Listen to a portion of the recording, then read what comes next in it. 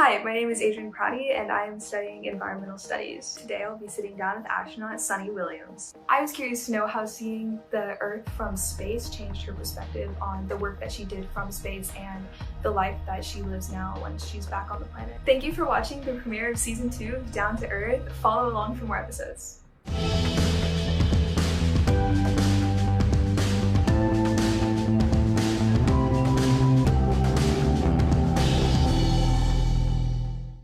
So, I have a few questions, as you might guess. And to start with, I'd like to know, what is one thing about living and working in space that most people who have never been to space might not know about or understand? Well, that's a good question, and I'm not just saying that to fill time. There's a whole bunch of interesting things to talk about. I think probably people think it's pretty nice that you can go and float around up there. But that has some consequences to it, of course. I think our bodies need to adapt to going to space. The initial getting to space, like, whoa, it's a big adaptation. But you feel like we're there. Okay, so now I can float around. Okay, maybe I'm a little clumsy.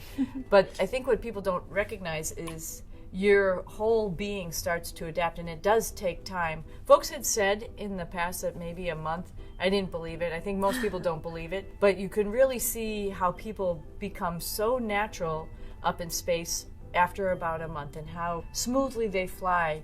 And actually how that translated to me as a reality, it was like, I don't know what it would be like to walk. When I was up there, there was, through the center of the stack, there was a module that went down, and that was essentially our closet, but it was pretty deep. It was probably like 30 feet down.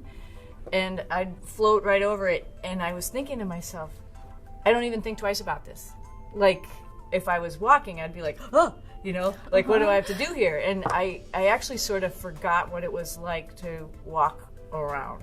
That your body, your brain, your body can all just sort of live or change to the environment that you're in. I thought that was pretty fascinating. That does, it reminds me of the videos that you can see of astronauts when they come back and they're holding something and let go, and then it just falls. Mm-hmm. Yep. That's always one time, and then you go, okay, I got it. Now gravity is back. Yeah. Yes.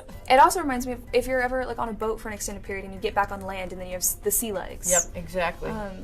Would you say that, or was there something else that was the biggest adjustment for you in space? I think that was the biggest. I think a close second is losing things. I think one of the most annoying things is when you think just for a second, you just let something go. It's just going to be there for just a second, and you turn around and some air current takes it. And you'll see a lot of video of people doing this.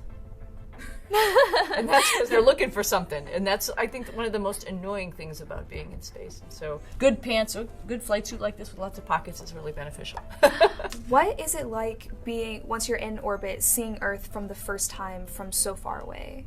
Ridiculous. It's awesome. I was actually on the mid-deck of the space shuttle Discovery that took me up there, and I was working in, we got to space, and things start floating, and that was fun, and I'm chuckling about that. And the commander and the pilot up in the front seats of the shuttle, the commander said, "Sonny, come on up." And so I flew up there, and he gave me my little wings. And what was more impressive, I was like, oh, that's nice. But looking out the window, I was like, oh my God, there's Earth, and it's round.